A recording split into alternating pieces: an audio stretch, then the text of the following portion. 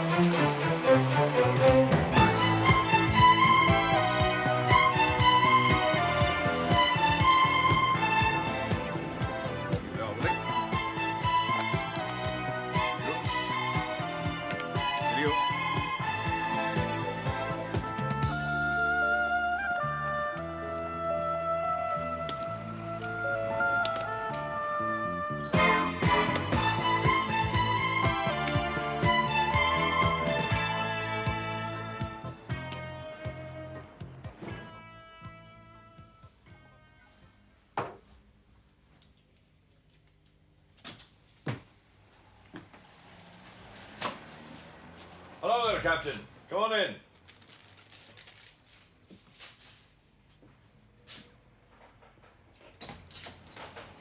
That's it then, Mrs. Cameron? Oh, Best of stuff. It'll soon be better with that. Good night. good night. Ah, that's it then, Captain. We're taking a dram then, Tom. Oh, damn it, not tonight. I've people waiting. Okay, I'll look in tomorrow. No, come up to the house. You want to see Peggy, don't you? You'll get your tea. That sounds like a good idea. And you'll get a dram as well. Well, that's even a better idea. Right, shut the shop.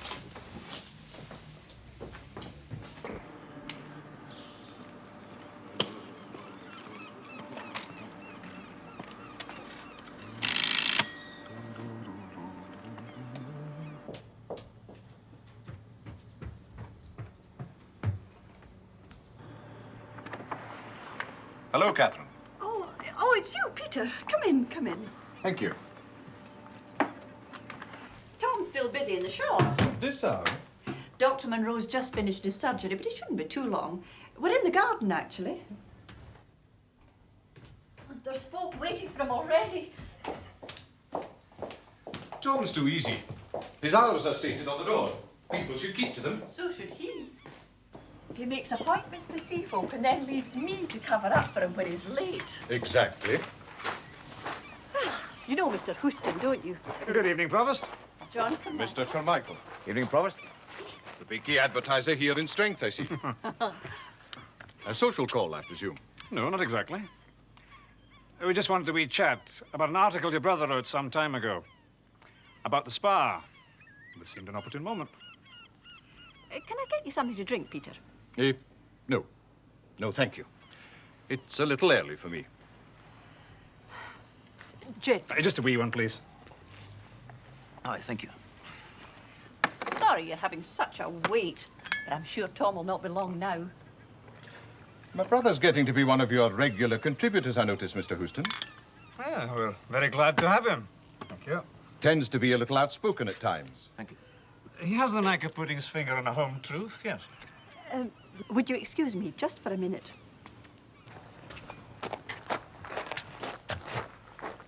I suppose his lively style would appeal to your readers.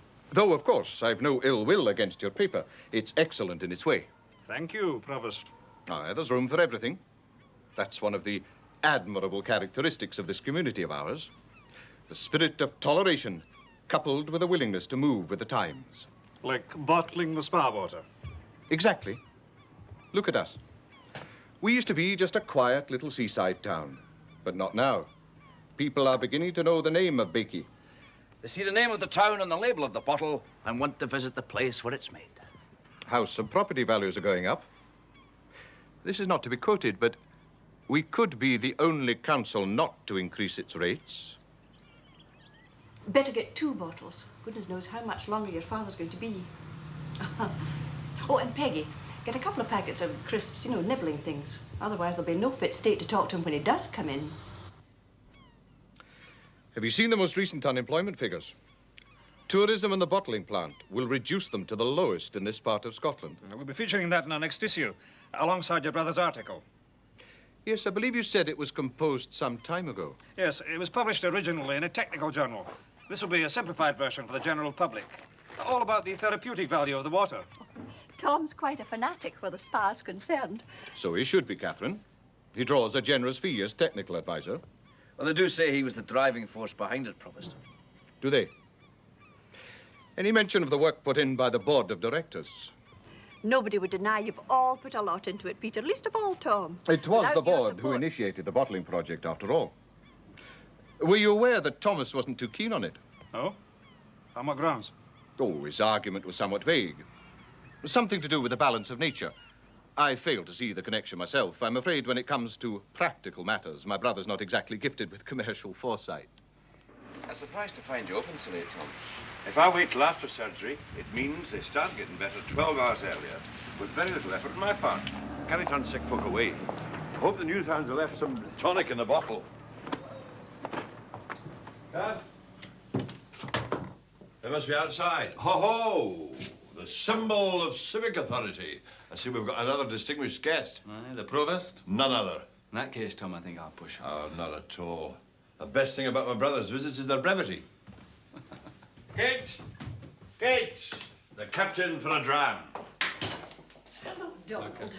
Is that all that's left? Well, there's more coming. Peggy's bringing some. You might have known. That you'd be so late. Any letters? Well, there's bills by the look of them. Could I see them? We're on the hall table, dear. Donald?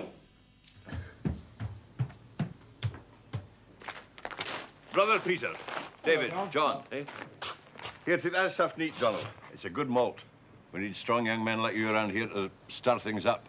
And what, may one ask, needs stirring up in Bakey? Oh, well, Provost. The best of broth deserves a good stir. That's a very peculiar remark. Don't take it too literally for the minute. Mr. Houston tells me he's going to publish an article of yours. Oh, aye? About the spa. Ah, well, yes. Can't publish that just yet. Well, that's bad news. Why not? The town needs all the publicity it can get. In normal circumstances. What's abnormal about the present circumstances? Now, look, Peter, I cannot say anything definite about it. Tom. Excuse me. Is that the lot? Is that a telephone call from me from Glasgow? No. Well, it's a bit late now, but I might be able to say something more definite tomorrow. You see, there might be something very abnormal indeed, or I might just be imagining things. I simply do not know. Are you going to take a dram before you go? This sounds very mysterious, Thomas. Is it something I should know about? Look, Peter, I I can't... insist that all matters concerning the spa should be passed through the proper channels. I can allow no one to go behind our backs by roundabout Nobody means. is going behind your back. I'm not so sure. You have a pig-headed determination to go your own way. And that's not the way to do things in our well-ordered community. As for publishing anything about the Spa in a newspaper... I happen to own the newspaper, Provost. Mr. Carmichael's my editor. We have a right to publish... I'm addressing my brother, Mr. Houston. Nobody's publishing anything at the minute, so why don't you sit back and relax? Look, my wife assures me that our sadly diminished stocks of liquor are soon to be replenished, so you can join us in a dram. I don't feel like an evening's drinking. Look, I must say offering you an evening's drinking, but please yourself. I shall. Gentlemen. Provost. Captain. Provost. I'll see him out. Good night, Captain. Oh, are you away, Peter? Bye-bye. I'm afraid he's not exactly in the best of moods, my brother-in-law. He's a man who's used to getting his own way, I imagine. Oh, here's that. Perhaps the presence of the advertiser upset him. I don't think so. You seem to be getting on fine with him. An armed truce, Mrs. Stockman. The Provost and I are on opposite sides of the fence.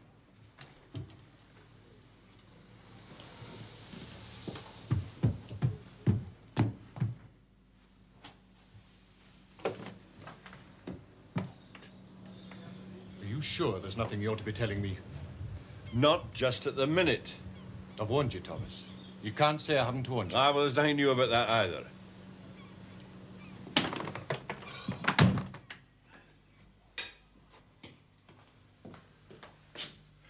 Catherine, are you sure there wasn't a telephone call from me from Glasgow? Quite sure. Couldn't have rung and nobody taken any notice. Don't be silly. Well, it could happen quite easily in this house. Well, it didn't. All right, I'm sorry, I'm sorry.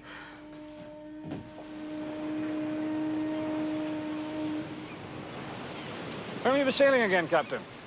Oh, I've no idea. My ship's been laid up for 2 months, refitting. If there's another strike or a go slow, it could be the same again. That's the way things seem to go these days. Dear, oh dear, Captain. That must be very frustrating. Tell me, how do you pass your time? Quite usefully, as it happens. My parents left me a great barracks of a house, so I had no use for it. So my sister turned it into a hotel. It's a good site. That's doing very well. At the moment, we're in the process of building a new extension. Oh. That'll be costing you a pretty penny, huh? If the anticipated tourist boom takes place, we'll all end up very rich, or I have no romantic notions of the sea. You see before you a happy man. Ah, it looks like it, Tom. Sorry about the article, John. So am I. We'd like to have used it on Saturday. Maybe it'll still be possible, but something I ought to check up first. I sympathise with Peter. They've been very mysterious. I'm not going to rush into this one. That could be him. Hello, Peggy, you're late. That's the phone, Dad. So it is. Tom Stockman. Ah, Angus. Great. Well, better late than never. Just a minute. Right. Read it to me. Thank goodness. Here, you take that out and hold the fort. Oh, who's all out there? Mr. Houston and John Carmichael from the Advertiser. Oh, and someone else. Chrome sulfate. Now, what would its toxic effect be in these quantities? No, I suppose it isn't your business, but it shouldn't be there at all.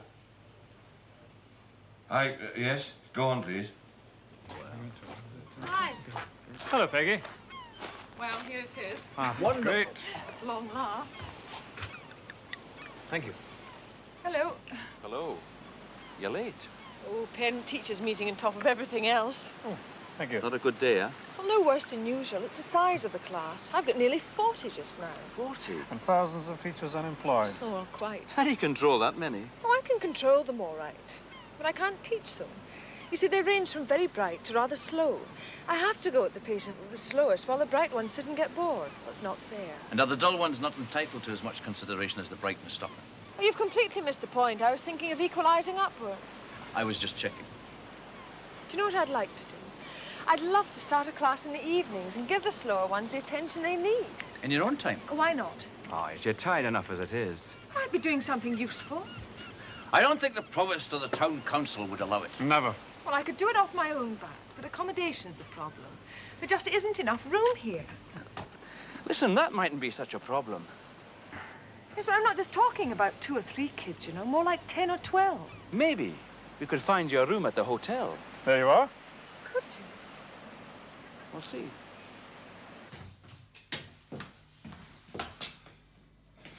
This is going to make everybody sit up. Who? For the whole population. Why? What is it? It's a discovery. Oh, help, another one. It's a very interesting piece of scientific detection. It'll teach Peter to talk about my pig-headed determination to go my own way. What is it, dear? This is an analysis of the water of Bakey Spa. Generally considered to be of therapeutic value. Invalids come here to drink it when they can afford to. And we're now stockpiling vast quantities of it to ship abroad and get ourselves the reputation of the Vichy of the North. We know all that, dear. Ah, but do you know what the waters of Bakey Spa really are? Yes, the medicinal They're water. a slow poison, That's absurd. but perfectly true. Could you pour us a dram, dear? What gave you this idea? I've had a number of customers with similar illnesses. Now, I can tell by the prescriptions and by the look of them, jaundice for a start. So I began to think there was a toxic element, and I began to look for a common source. And I discovered that they'd all been regularly drinking spa water. Cheers. People have been taking it for years. I'd drawn it with a cupful fine. But now they're taking off vast quantities. And I believe that's affected the water table. That's the general level of water below the ground. I suppose it's possible. And what about it? How the well is being forced to replenish itself from further and further afield. New constituents are seeping into it. Your brother said you were against the bottling plant from the start. Had you foreseen something like this happening? Ah, well, I warned him. If you start tinkering with the balance of nature, unexpected things are likely to happen. It now contains appreciable quantities of chrome sulfate. And my customers were suffering from chrome poisoning. My God. Have you any idea where it's coming from? Well, chrome sulfate's used in the tanning of leather, and the Dalhousie tannery is only 4 miles away. What? Your father's tannery is the probable source. I don't know what he'll say about that. But I'm sure it's a good thing that you've discovered it. But of course it is. Well, what can be done, Dad? It'll need to be sorted. Can it be sorted? I don't know. Can I use the spa in the meantime? Why did you not tell anybody about this before? Because I wanted an independent analysis. You came what Bakey folk are like, they wouldn't believe me. Oh, still, I think you might have told us, your own family.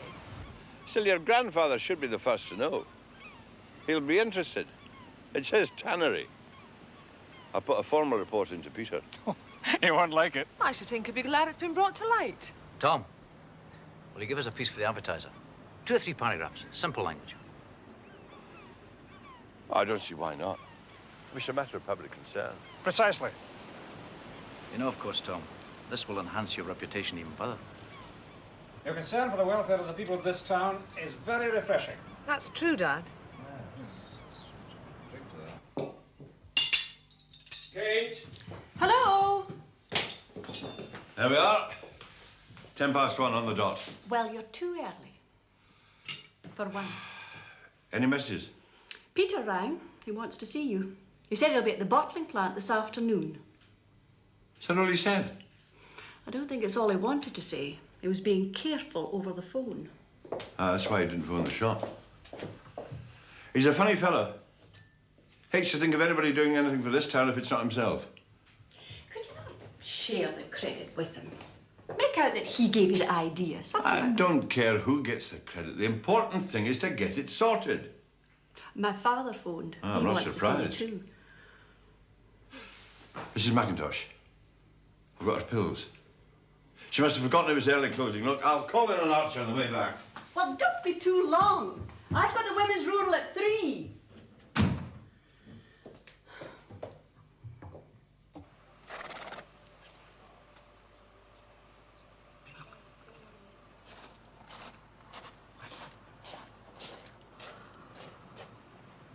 Who's there? Who is it? Oh, it's you, Mr. Stockman. Come Hello, in. Mrs. McIntosh. Good afternoon. She's looking very well. Oh, I's fine now. I brought your pills. Oh, dear, I'm tired of glacier. Don't want me to forget those. It's no trouble, Mrs. McIntosh. Oh, we're taking up your precious time. But time's my own. It's my afternoon off. Oh, you're kind. You're very kind.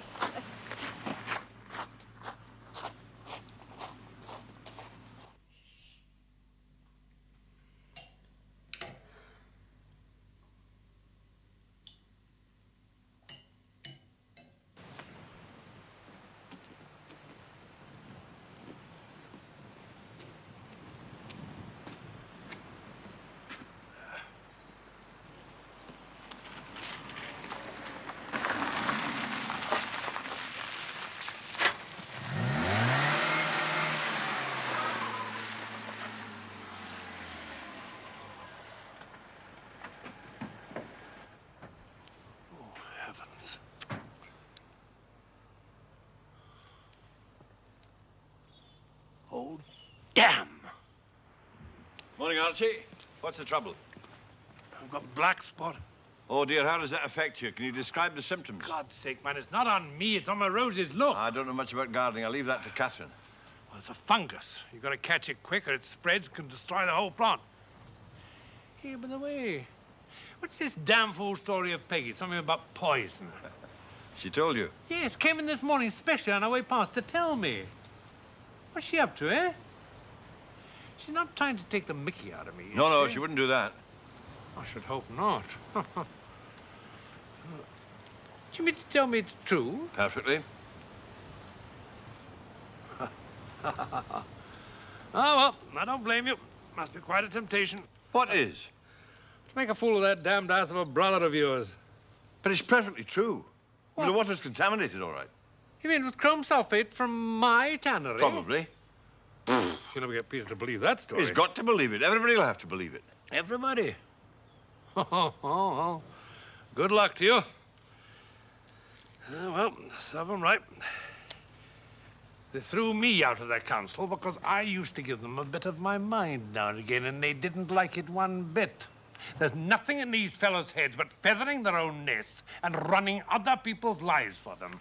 You pull their legs good and hard. It'll do them no harm. Look, it's perfectly true. The water's contaminated. Oh, sure, it's true, yeah. Perfectly true, I'm sure. Tell you what, I'll give you a box of Havana cigars if you can get away with it. Right, you're on. Good. Here, I think I'll go and see Houston before I see Peter. Houston, is he in on this? Aye, you could put it like that. Oh, well done, Thomas. You're going the right way about it. You get it into the newspapers and you'll pull it off all right.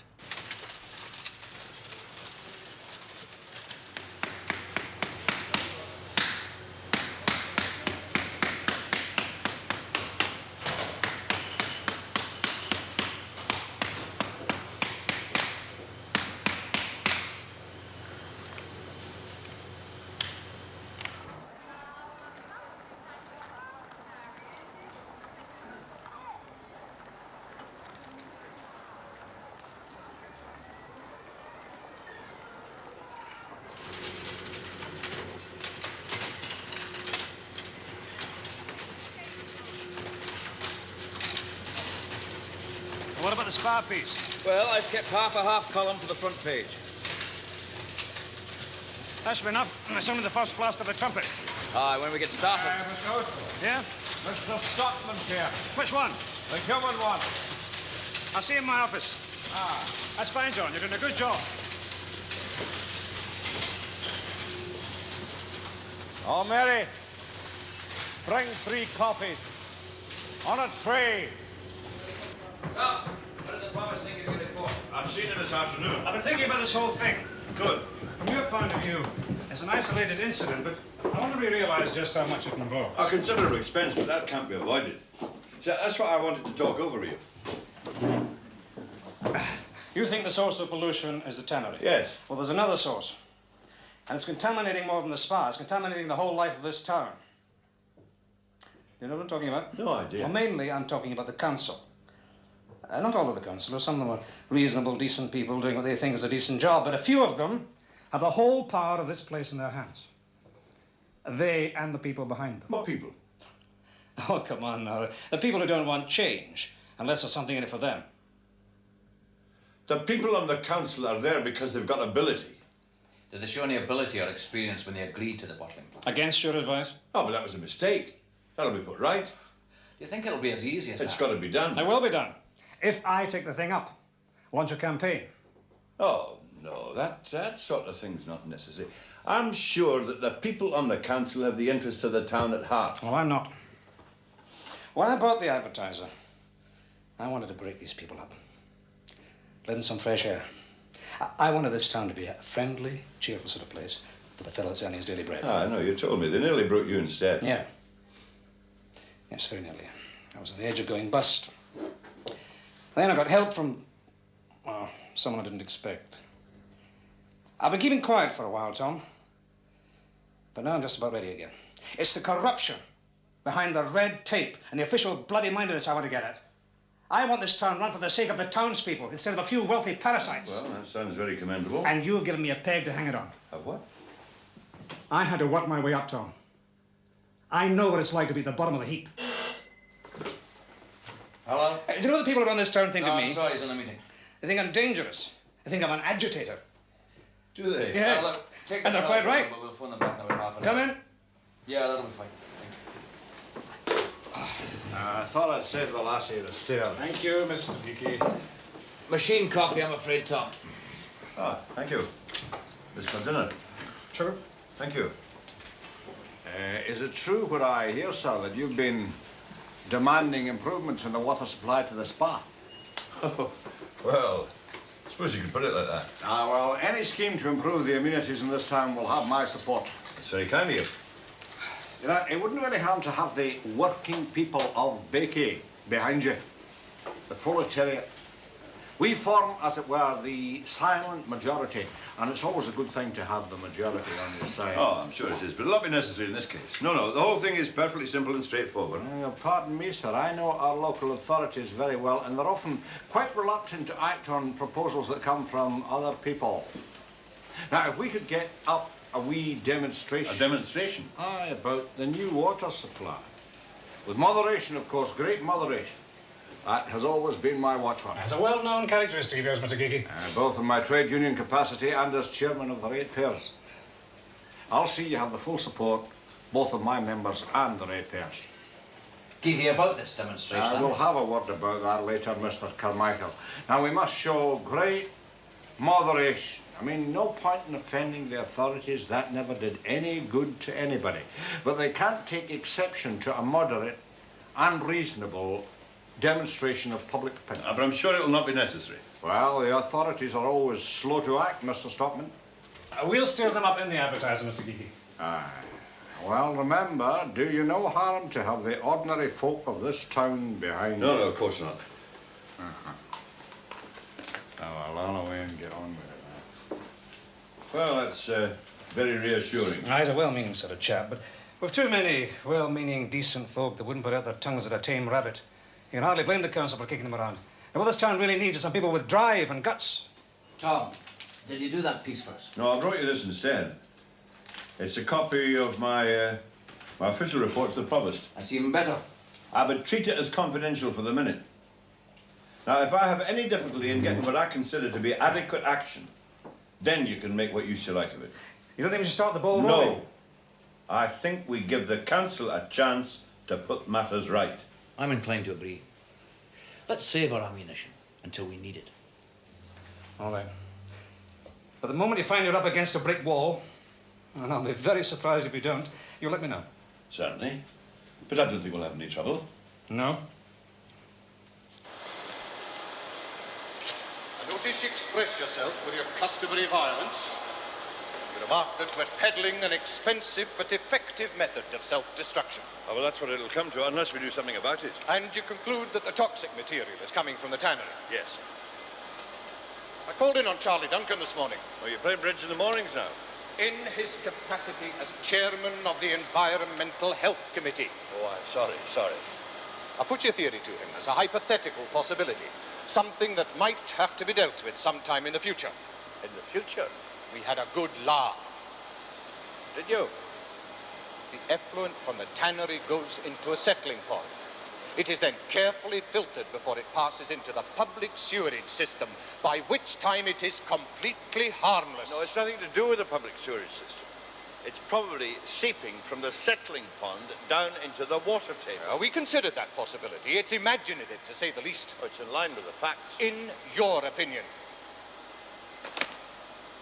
Have you considered what might be involved? Well, that's not my business. The tannery would have to close. To rebuild the settling pond would require a very large sum of money. And with the spa closed as well, that would be the town's two principal sources of prosperity gone. No choice. And in the end, your theory may well prove to have no foundation. Well, it's unlikely. I am not convinced the water is as bad as you make out. Now, the figures are in my report. Now, they come from a reputable analyst. And if we go on drawing water at the present rate, they're bound to get worse. I still think you're exaggerating somewhat all the same. Would it not be possible, Thomas, for a capable chemist to prevent any injurious influences from becoming too obvious? This plant is an established fact, we must face it. And the council might be prepared to consider certain improvements consistent with a reasonable expenditure. I'm not going to have anything to do with trickery of that sort. Trickery? Fraud, criminal fraud. All I am asking you to do is wait. Later, I'll raise the question in council and we'll do what we can in private. But in the meantime, not a word of this must get to the public ear. It's too late. What? Too many people know about it already. Who knows? The advertiser. They know. Ah, you guy independent, Thomas.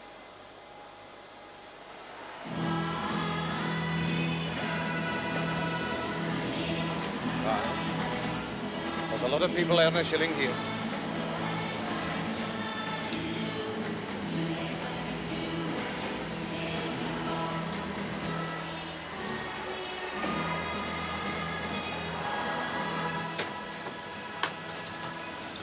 Thought what this could do to you. To me? Aye, to you and yours. Explain that. I've always tried to behave to you in a brotherly sort of way, Thomas. I've always tried to help you whenever I could. Well, I'm trying but to the help moment you. you get an idea into your head, you must write to the newspapers about Well, it. look, it's part of my duty as technical advisor to this part to keep the public informed. The public has got enough on its plate. You see here, Thomas, I'll be blunt with you. You are doing yourself no good. You're aye complaining about this, that, or the other thing. You complain about the local authority. Not just you, your daughter, too.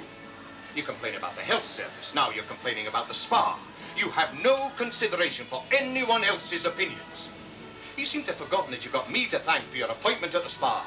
Oh, it's the best man you could get for the job. True enough. And I did a lot of work in developing it. But it was the practical men who initiated the big project. When the right time came, I and the council took the matter in hand. Oh, God, you did look at the bloody mess you made of it. Well, you only did it to bolster your own egos. Now we're getting down to the truth of it. All you're wanting is to pick a quarrel with your superiors. You have no time for anyone set in authority above you. Any stick is good enough to beat them with.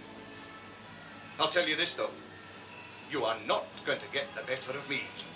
You have been indiscreet, Thomas. All sorts of rumours will get about, and rumours against established authority are dangerous. As soon as that water you're bottling there. It'll be necessary for you to issue a public disclaimer saying that after further investigation you found that the condition of the water is not as critical as you first thought. Do you really expect me to do that? Yes. Oh, well, sorry, I can't. And you'll never mend it by tinkering, that's my opinion. As a private individual, you can think what you like. As our employee, you have no right to express any personal views. I have a moral duty to... Not on any subject concerning the spa. I forbid it. You forbid it? You oblige me to take that tone. And you really expect me to issue a statement saying that I don't know my job? Aye. Some statement on the lines I indicated. Well, you know perfectly well that I won't do that. I can't. Well, that's unfortunate, Thomas. Because I have some influence with the Regional Medical Board. I could have your license taken off you. With a car or dog. You know what I mean. They'll stop you dispensing. On what grounds? You don't keep to the stipulated hours for a start. No, I go over them. That's perfectly legal. And what about your amateur doctoring? Oh, I know what goes on. A few pills here, a bottle of medicine there. Doctors... Frown on it.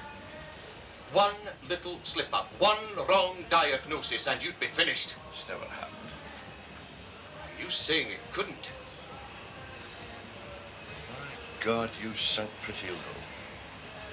I will use any means I can to make you see reason. It's not just you, it's your family I'm thinking Leave of. my family out of this. It's the town I'm thinking of. You'll do it no good by cutting off its principal sources of income. For God's sake, what kind of an income is it that thrives on the sale of corruption? You should be ashamed to make offensive remarks like that about the town that gives your livelihood. Perhaps I should say gave you a livelihood. And with no help from me, you'll soon find yourself without customers. When the people hear you've ruined the town's prosperity. He said that? Arrogant pig. Well, what's he going to do? He's not going to get away with it. Good. He's got power behind him. I've got power behind me. I've got the people behind me. I've got the press behind me. You can't fight your own brother. Do you not want me to stand up for what I believe to be right? Of course, he's got to. It'll do you no good. Well, I've done my duty. I'm not thinking of myself. You're not thinking about your family either. What about us? Oh, Mum. Well, don't worry about me, Dad. I'm sorry, Catherine. I'm not going to give in to blackmail. It's red hot. Yeah, he does have a persuasive literary style. Quote, there can be no conflict of interests. My public duty must outweigh any filial or commercial loyalty, unquote. Mr. Houston, telephone. I've made 1 or 2 cuts. It'll save us half a dozen libel actions. Houston. Oh, hello, Mr. Stockman. Do I take it you've run into that brick wall? Now he's got to let us use it. Well, that's good news. Good God. That's going a bit far even for him. Well, yeah, we'll be seeing you then. Right, goodbye just now.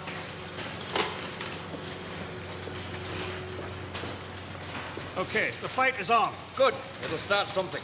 But we've got to follow it up. They won't fall down at the first blast of the trumpet. But if the provost and the council sit back and do nothing to put this thing right, the ratepayers will want to know why. The council sank a lot of their money in that bottling plant. Aye, but it's the shareholders who get the profit. And it won't take the ratepayers long to detect the faint, sweet smell of corruption. You know, I got the impression our provost is in a very satisfactory mess. I had to give you the papers. That Houston man's just using you. I'm using him. He's a rabble-rouser. That's just what this town needs. Well, I don't trust him. He's on Dad's side. You heard what he said yesterday. He wants public recognition for Dad. You're easily taken in. And so are you, Tom. It's happened time and again. You've a better brain than anybody else in this town, but anybody can make a fool of you. That's the kind of thing that Peter would say. You're beginning to talk like him. Thanks very much. Are you going to make the tea? It's not too late to stop them printing the report. I wish you'd go and see Houston. Dad? All right. I'll go and see Houston, and you can make the tea. But you can't. You be quiet. Is there any Reggie. shortbread? Do you mean it? I didn't get my dinner, Do remember? you really mean it? But to see Houston. Cross my heart.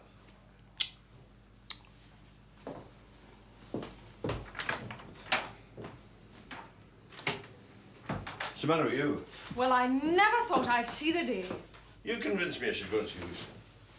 I did. Public recognition. Oh, that sort of nonsense. That's what we stop to that. So you're going to let him print the report? Absolutely. And give him ammunition for the battle. Oh, fantastic. It's strong meat, Geeky. I hope it doesn't alarm you. Oh, I've no objection to strong meat, Mr. Carmichael. That's the stuff. Hit hard and often. Aye, but with moderation. Aye. Now, all the incompetents are going to be kicked out, and we've got to put in honest, vigorous men instead. And this article is just the weapon we've been looking for. Tom Stockman's going to be useful, all right. It'll be fine if he just sticks to the spa, but I don't think it would be very wise to follow him further.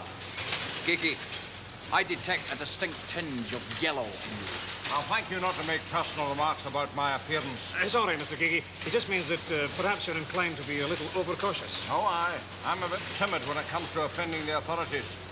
I'm an older man than you are, Mr. Carmichael, and I've found it doesn't always pay. Nothing more you want me for at the moment? Not at the moment. Right.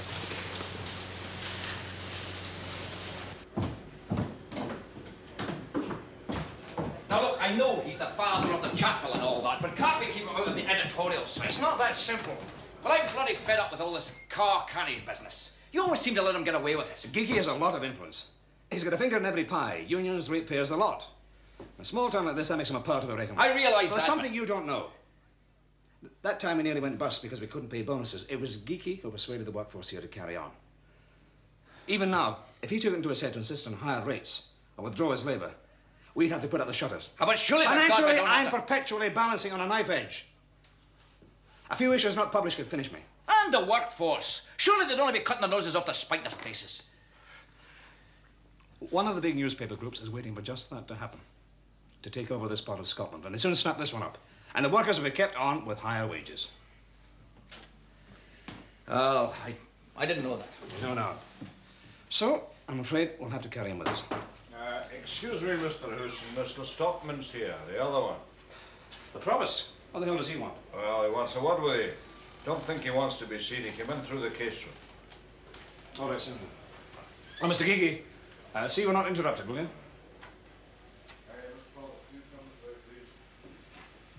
It's the provost, Mr. Hewson. Good evening, Mr. Houston. You'd be surprised to see me here. Yes, we didn't expect to. Have we got a chair for the provost? You're very snug in here, Mr. Carmichael. Very snug indeed. It serves its purpose, Provost. It serves its purpose. Long may it continue to do so. Thank you. A free and flourishing press is an essential part of the community. And here I come, Mr. Houston, without notice to take up your time. Oh, we're delighted to see you. I've had a very annoying experience today. I'm sorry to hear that, Provost. Was your civic lunch not up to standard, Provost? My brother was responsible for today's incident. Really?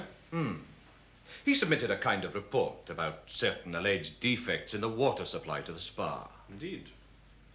Did he not tell you about it? I thought he Yes, said... yes, he did say so.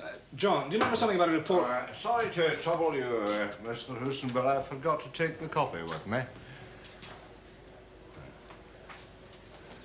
I can read it during the tea break. Mr. Geeky, is that by any chance my brother's report? Aye, it is. Mr. Houston and I were just chatting about it. I take it you've read it, Mr. Houston. I glanced through it, yeah. And you're going to publish it? And why not? Well, just a minute, Mr. Geeky. You don't mind, Mr. Houston? No, not at all. You have the reputation of being an intelligent and thoughtful man, Mr. Geeky. Oh, it's very kind of you to say that, Provost. And a man of considerable influence, eh? I'm just a voice of the citizenry, sir. I've no doubt you're aware of the general trend of opinion among them. Oh, I believe I am. Aye. It's evidence of an excellent public spirit. Mind you, it'll be no small sacrifice the people of this town are going to make. Sacrifice? I don't think we understand you, Provost. You talking about the spa? I would make a rough estimate of £150,000 to put the water supply right. 150,000? Aye, more or less. It'll make a big difference to the rates. The rates? Good God, you don't mean to say the town's going to pay for it? Now, where else would you expect it to come from? Not from the tannery. There's no hard evidence that they're the source. But the bottling plant is a private company. Surely the shareholders would have to find the money? Yes, exactly. Good point, Geeky. No. They're in no position to find it. And they've already incurred a substantial capital outlay. Let's remember, they are good Bakey men. But if they're pushed too far, they may be forced to sell out. To London, perhaps. Well, that puts a different kind of complexion on things, doesn't it? Nevertheless, Geeky, that report has to be published. It'll mean closing the spa and the tannery. And we'll not get many visitors if we announce that the water supply is contaminated. And frankly, Mr. Houston, it'll hardly improve your circulation if you're seen to be advocating unemployment and an increase in the rates. Is it possible, do you think, Provost, that Mr. Stockman has been exaggerating this thing a wee bit? I must confess, I find myself driven to that conclusion. Oh, indeed. In fact, you might even say that he's been imagining the whole thing, so to speak. The possibility had occurred to me. Well, I must say, I think that very remiss of Mr. Stockman. You'll excuse me speaking about your brother in this way. I'm a great believer in moderation, as you well know, but in the circumstances... I take no offence, Mr. Geeky. My brother has been headstrong. I've tried to curb his excesses, but it hasn't always been easy. Difficult position for you, Provost. I can see that. You won't want to take this matter any further, Mr. Hewson. Well, of course we bloody will. Now, listen to me, Geeky. Tom Stockman may be right or he may be wrong. The only way to find out is to publish that damn report and have the whole thing thrashed out in public. All due respect to you, Provost, but we cannot suppress that report just because you disagree with your brother. It's not quite as simple as that. You see, once this thing gets out, the town is ruined. And if that thing doesn't get out and is proved to be right, then this town will be really ruined. In the meantime, we must leave ourselves in the hands of the provost. I mean, he wouldn't say that his brother was imagining the whole thing if he didn't think it was true. Don't you agree, Mr. Houston? Well, good God, man, of course you don't. Afraid I would have to put it to my members that it might not be in the interest of the ordinary people of this town to publish such a dangerous report. And while I was making that proposition, all labour would have to be withdrawn.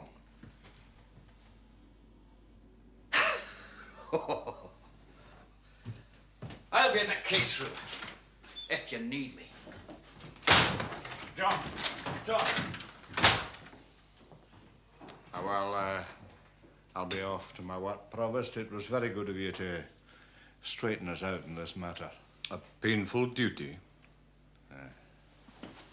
We'll get together later and sort this out. I bloody hope so. Look, it's a very sensitive area, this, John. You don't understand all the... Oh, I understand all right. And it gives me a pain in my sensitive area. Now, look, I've had small-town politics up to here. If you want to placate those two bastards, then you may do so, but without my help. Look, I'll sort this out. Just leave it with me. I've drawn up a short statement, Mr. Houston. It indicates that the board is always on the lookout for possible defects and will not hesitate to put anything right without incurring too much expense. Have you got it with you? As it has.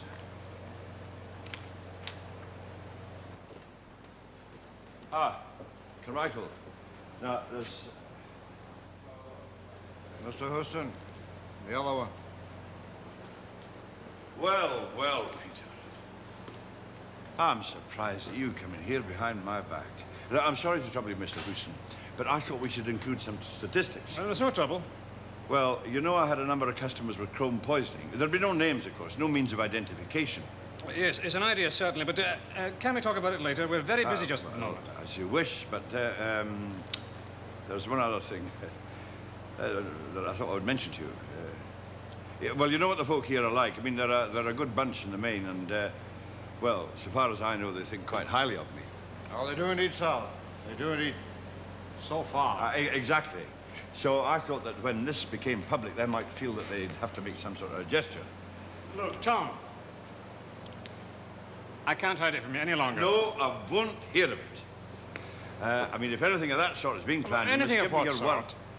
Well, I don't know of it. I mean, anything. I mean, whatever it is, you must give me your word you'll put a stop to it. I don't think I'm ungrateful. I appreciate it very much, but I have done nothing except my duty. You see this, Houston? The symbol of office. For God's sake, Thomas. The symbol, not the man. If I was to open this, I wouldn't find a small lie or a tiny hypocrisy or even the slightest whiff of corruption. But if I was to open its owner... Will you please put down my umbrella? You've been wasting your time, Peter, if you've come here to try and stop Houston publishing my report. And does Mr. Houston intend to publish your report? No, I don't. That's what I've been trying to tell you. I don't quite understand. Well, he's not going to ruin himself and his paper and the people of this town for the sake of an imaginary grievance. What's all this about, Houston? I'm afraid you gave us a rather highly coloured account of this business. What do you mean by that? I mean, your report exaggerates the whole thing. Look, I'm not asking you to understand it. Just publish it. Leave it explaining to me afterwards. Sorry, I can't. What do you mean you can't? You own this paper. Carmichael edits it. I mean, between the two of you, control it. Well, that's not quite true, sir. It's controlled by the public. Public opinion, of course. The opinion of the men and the women of this town. And they would be against me? Oh, aye, they would. Oh, well, they've changed their tune very quickly. Well, it would mean disaster for them if your report got out. Economic maybe, but physical disaster to thousands of others if it doesn't. Is this final, Houston? I'm afraid so. The official statement will appear in Saturday's issue, Mr. Houston. Yes.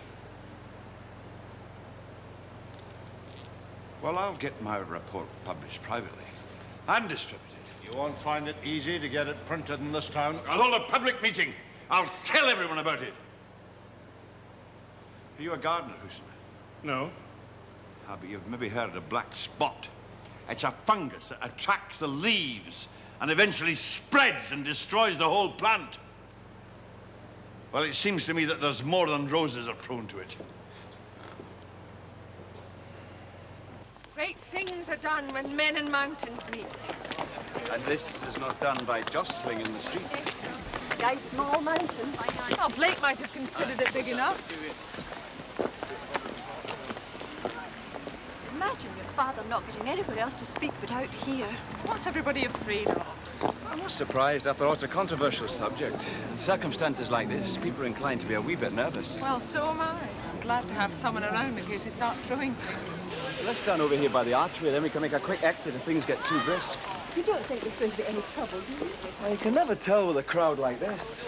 I see they're all here, huh?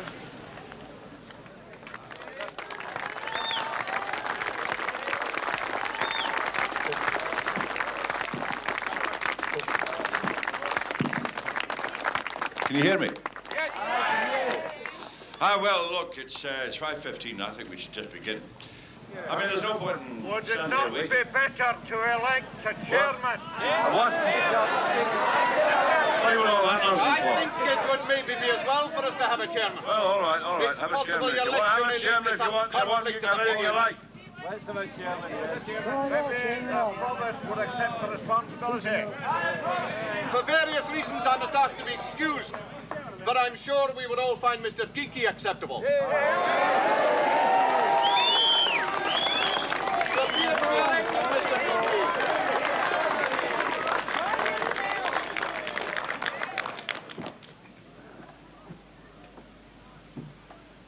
Brothers and sisters, this is a democratically convened meeting on a matter of public concern.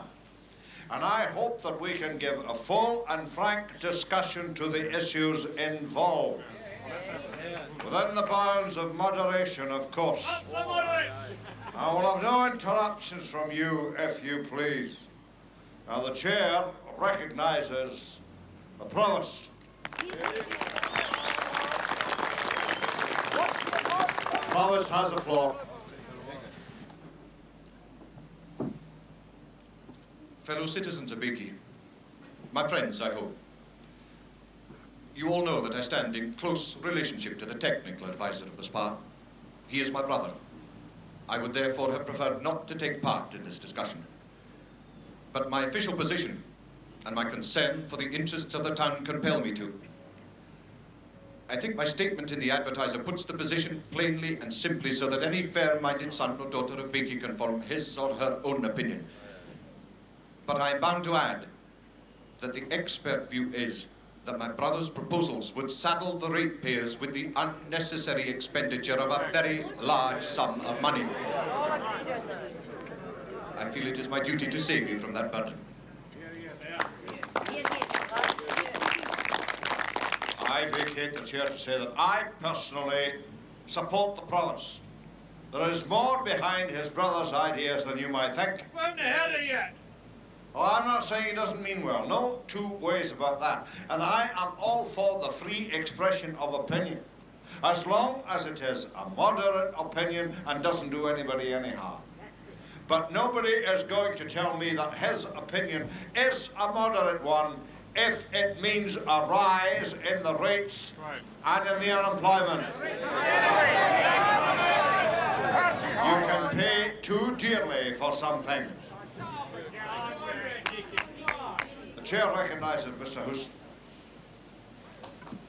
Come on, Houston, let's hear your views. Mr. Houston has the floor. Your current views, that is. Ladies and gentlemen, I hope this meeting is in no doubt about the honesty and independence of the Advertiser. We try to make our political attitude objective. We try to be fair to all parties. And we always try to reflect public opinion. That is the first duty of a newspaper. Well, I give a very little doubt where public opinion lies in this matter, against any substantial increase in the rates. I say all this with regret. I personally have always had the greatest respect for Mr. Thomas Stockman. Nevertheless, my duty to my paper and to you, the public, has compelled me to break with him. Thank you.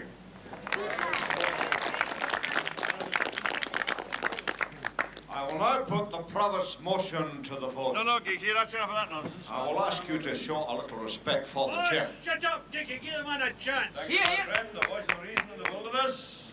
Mr. Stockman has the floor. Thank you, ladies and gentlemen. There will be no vote here tonight.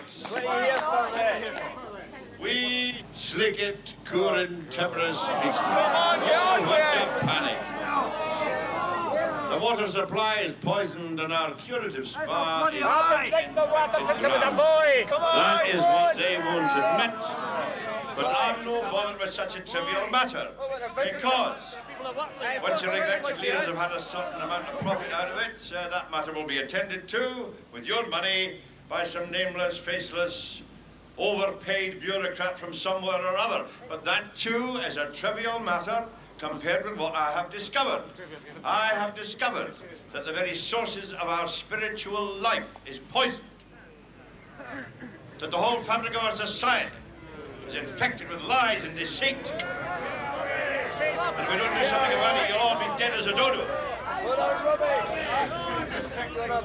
Oh, aye, Brother Geeky, I'll stick to the point as you call it. And my point is that suddenly in these last few days, my eyes have been opened, and the first thing I have become aware of is the overwhelming stupidity of the authorities. And I do not know how, for so long, I should have believed that these were dedicated men with our best interests in front of them. But I did believe that. I did believe that they were men who wanted a society in which a man could live as a man, rather than an animal. Hey, Jimmy, is he calling us animals? Who does he think? We are the animals! But they do not want that. They're not dedicated to anything except their own self-interest. And I do not know why I should have taken so long to find this out. Because day in, day out, I have living right under my nose a prime example of their kind. Your own Provost, the one you elected, my brother Peter. Out of order, Mr. Stockman. Out of order. No bother about your leading citizens. They're all well planted with the seeds of their own destruction. And they are not the ones who are poisoning the very sources of our spiritual life. The most dangerous persons in our community to truth and freedom are the ones who put them there. Of course I will name them. That is precisely why I am here. The most dangerous enemies of truth and freedom in our community are you. The majority. The damned silent majority. You are responsible. Majority is always right, Stockman. That is the fundamental principle of democracy. All right, dear Mr. Houston, it's fundamental all right. It's fundamental trickery. And it is also the most obvious lie that any individual free-thinking man has got to fight against. Well, who are the majority? All over the world, there is a majority of fools over wise men. How then can it be right for fools to govern wise men? Tom! Yesterday you were fighting for a good cause. Now you're talking like a bloody fascist, man. Yesterday, Carmichael, you walked out on a good cause. Not at all. I walked out on censorship of the press. Censorship? Censorship by Mr. Houston. Right. And yet he's supposed to be a revolutionary agitator. So, well... Prove that! When did I ever say that in my paper? What about your office? It seems to me it's you who's the revolutionary. Yes, Thank exactly. God for once you're right. I'm starting a revolution against the lie that truth and the majority go hand in hand. What kind of truths do the majority generally rally around? Meaningless catchphrases, because that's what their leaders want. Their leaders do not want to declare a victory, they want the battle to continue because they believe that the continuation of a state of war is to their advantage, and far less to those leaders have the vision to see the new horizons of thought That is something that is only given to a brilliant few. Keir Hardie was such a man. Hey, you keep Keir Hardie out of it. What do you know about Keir Hardie?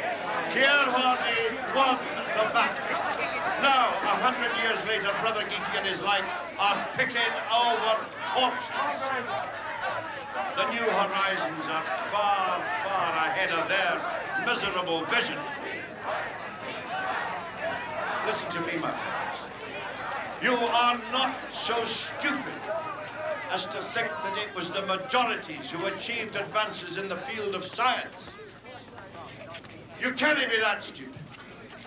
And all I'm saying to you is that in the political arena, in the management of our society, it will be one man, one Keir Hardie, one brilliant individual leader of thought who will reveal to you the new horizons. The majority tramples the individual underfoot while he is searching for the truths of today. The majorities all over the world have to trample all the individuals under 1,000,000 brutal feet. Whose side are you on? I'm not on any side anymore, Jimmy. No, no, no. Don't you see I have to be free?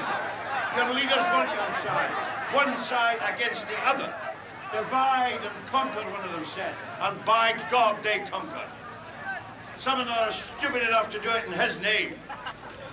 They conquer the individual. Trade unions, managements, political parties, whatever you like. They have to conquer the individual because they want to get your brains and grind them into a single mash. So you're no longer capable of thinking for yourselves.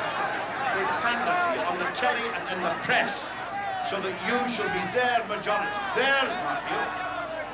They do not want you to wake up and chuck the whole lot of them out.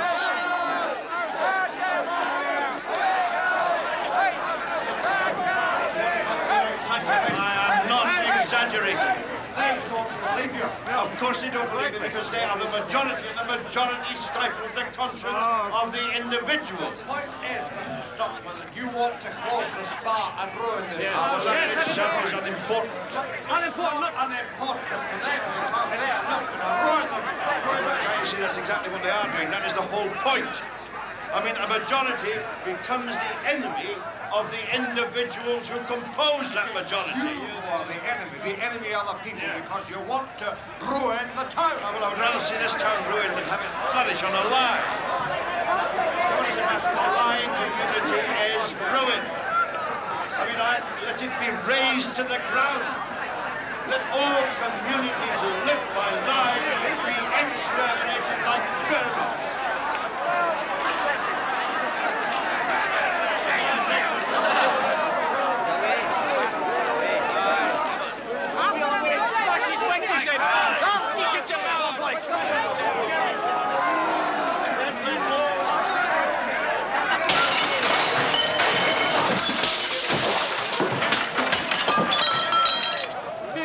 What's come over the chemist, Mr. Carmichael?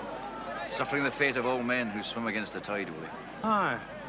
Hey, well, they have a drum or two inside him, is that it?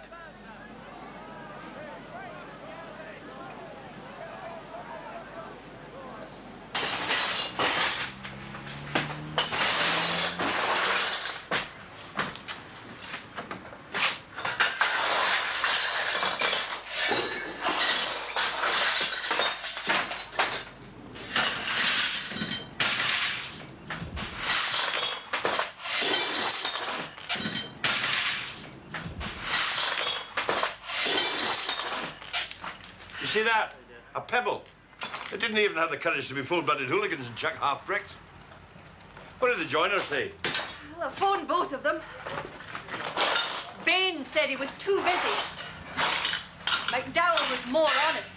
He said it was more than his business was worth to do a job for you just now. I suppose he's right. We'll need to do a proper job on this, so. Can I have the shovel? Just a minute. Mind your hands. Well, Mr. Downey phoned. He wants to terminate the lease at the end of the quarter. You can't do that. Oh, I didn't argue. Oh, Tom. No, I have been thinking about Canada. The air is fresher. And a chemist can I get work? You can't just up and away like that. Why not? We're not as young as we were for a start. And what about Peggy? She'd not want to go. Oh, she says it's a great place for teachers. She's aye complaining about the education system here. Well, I think you should have other reasons for wanting to stay. Ah, well, you can't expect me to say. This town would have insulted me. Called me an enemy of the people. Broken my windows. Torn my best trousers. Did I show you my trousers? Yes, dear, you showed me. Ah, well, it's a lesson to me. I'll never again go out to fight for freedom and the rights of the individual in my best trousers. No, dear. I'll sew them up again. They'll be as good as new. What surprises me is their ingratitude. I know, and it's a shame. But you did give them provocation. I told them the truth about themselves, and they didn't like it. No, they did not. Oh, well, come on, I've got to get moving. I'm still open for business.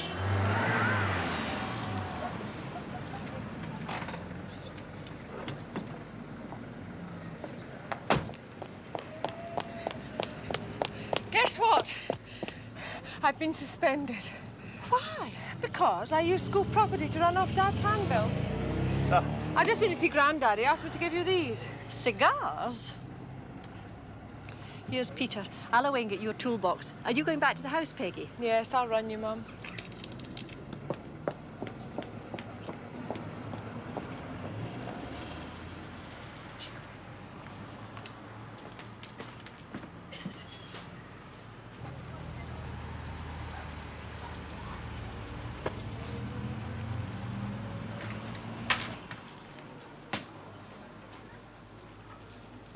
Keep your bonnet on and your brolly up. It's kind of drafty in here today. I see you have a lot to do. I won't keep you. Good.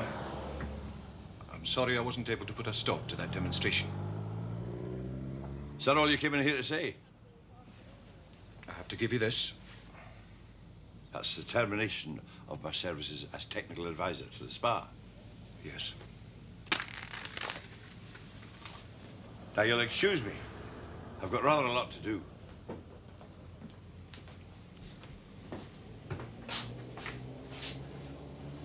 Are you expecting customers, then? Maybe. After the sore heads last night. If you'll take my advice, Thomas, you'll leave the district for a while. Funny enough, I was just thinking of that. Good. In my own time, of course. That's the first sensible decision you've made for a long time. And maybe after 6 months or so, when you've had time to think things over, you might be able to persuade yourself to write a word or two of apology. Perhaps admitting that you made a mistake. Do you think maybe I would get my job at the spa back if I did that? It's just possible. I can promise nothing, but I'll do what I can for you. And what about public opinion? Public opinion is a fickle thing, Thomas. You wouldn't go against that, surely. There is no saying what the public will think in 6 months' time. And to be candid with you, it is of considerable importance that we should get some kind of written statement from you to that effect. Aye, that's what you really came in for, isn't it? But you've no chance, Peter. You'll never get a statement like that out of me. You've no right to behave like this, Thomas. It's no attitude for a man with a family to take. I wouldn't have a shred of self-respect if I did anything else. Very plausible. If there were no other explanation for your obstinacy, but there is, of course. Is there? But if you'll take my advice, you'll not build too much on your expectations. They could very easily fail you. My expectations? You have a father-in-law. What about it? Sir Archie is well up in years. He's been failing of late, and he is a comparatively rich man. I suppose he is. You can take my word for it. And you can take my word for it that you and Catherine are his principal legatees. Yeah, I didn't even know that. How did you? We don't need to go... Another member of the bridge club, I suppose. But after what happened at that meeting, it wouldn't surprise me if Sir Archie changed his mind. Oh, no, there's no fear of that, Peter. He was enjoying the whole idea of the thing. And he's got no love for your crowd. I see. This explains everything. Does it? Conspiracy. Conspiracy? There was no word of truth in any of it. It was merely the price you had to pay for Sir Archie's goodwill. Do you really believe that? And you had the effrontery to talk about corruption.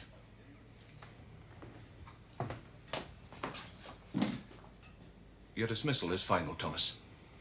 I have a weapon against you now.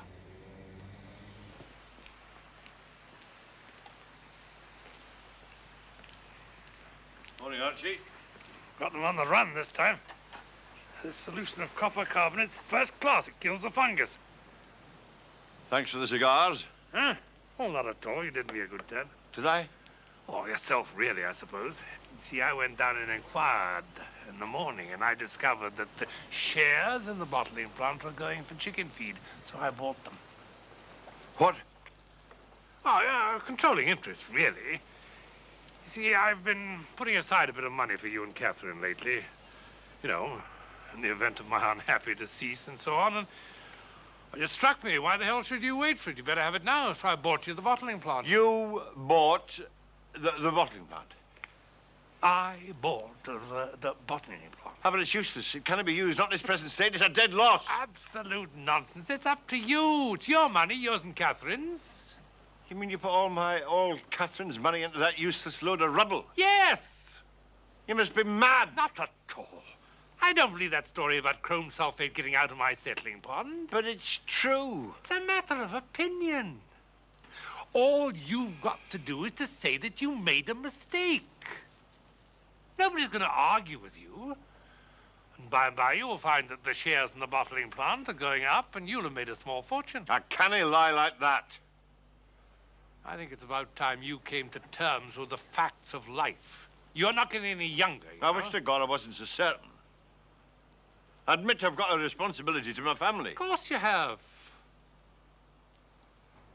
Maybe I'll talk it over with Catherine. Oh, good idea. Get a sensible woman's advice. But look, don't wait too long, because if you're not going to use those shares, I've got to do something with them. I don't know what, give them to a charity, I suppose. And what'll Catherine get? Catherine will get sweet damn all.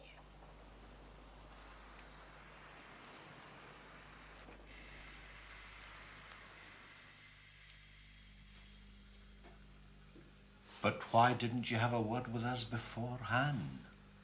Just a hint to Mr. Houston or myself would have made all the difference. A hint about what? About what was behind it all, sir? Behind all what? Say what you mean, Mr. Geeky. Oh, come on now, sir.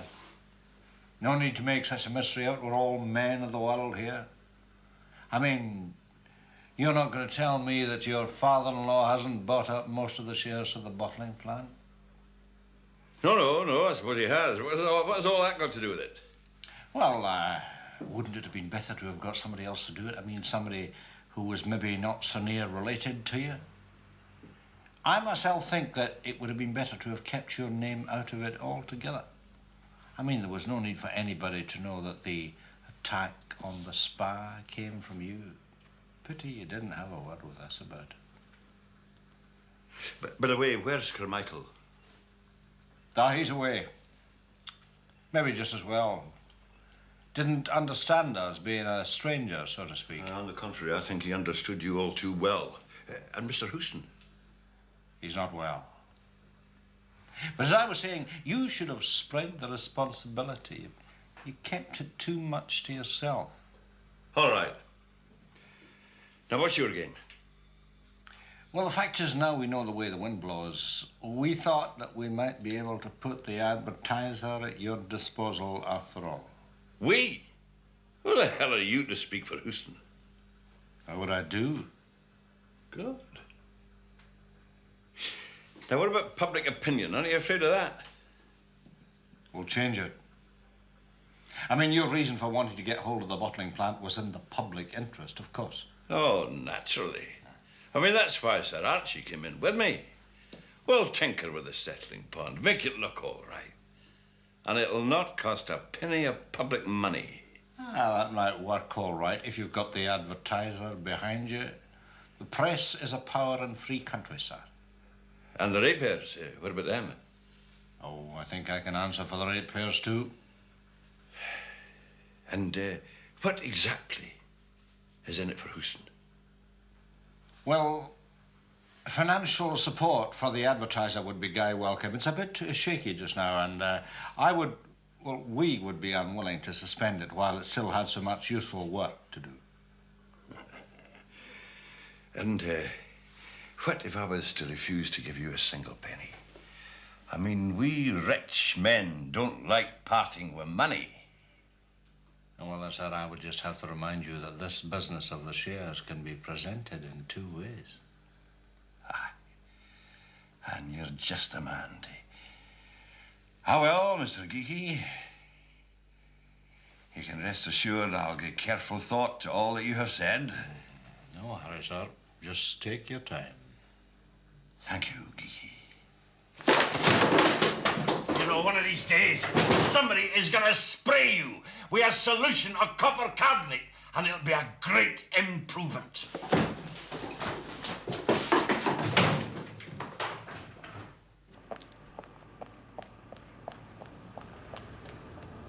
No. No. No, Archie. That is my answer, and that is final. Dad, are you serious about Canada? Perfectly. Oh, fantastic. When are we going? No. We are not going to run away. We're not going to Canada. But you're not going back to that school of yours. What am I going to do? We're going to make a start with those backward kids you're on about. We are going to teach them at least, that truth is truth. That was your grandfather on the phone. Now, even he... I gave him the answer, no. That means that your mother has lost her expectations. Do you think that's going to bother her? Oh, I think it will. Rubbish. Maybe she'll have to pinch and scrape a wee bit on her side of the house, but she'll manage that. Come on.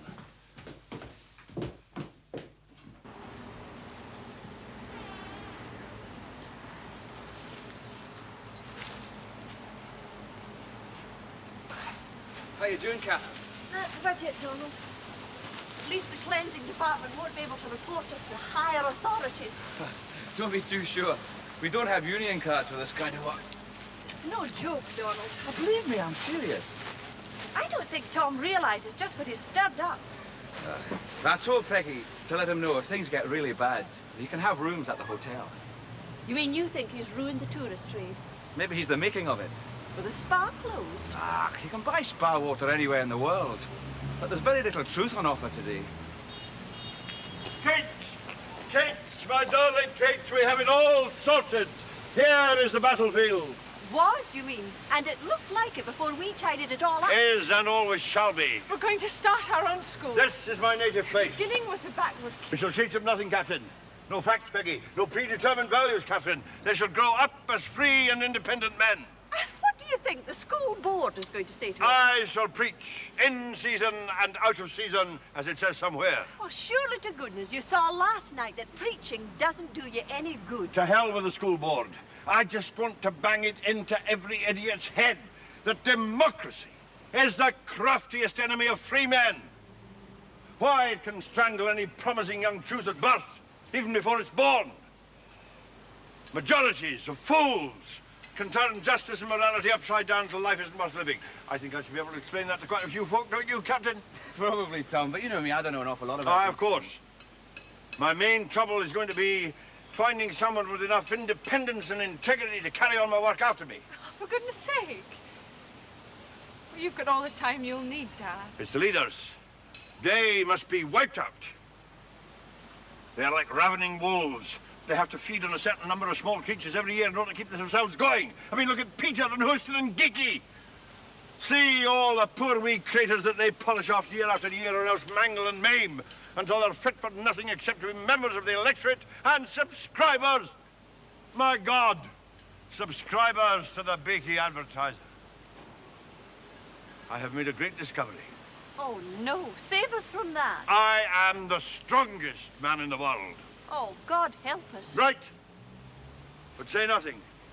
Not yet.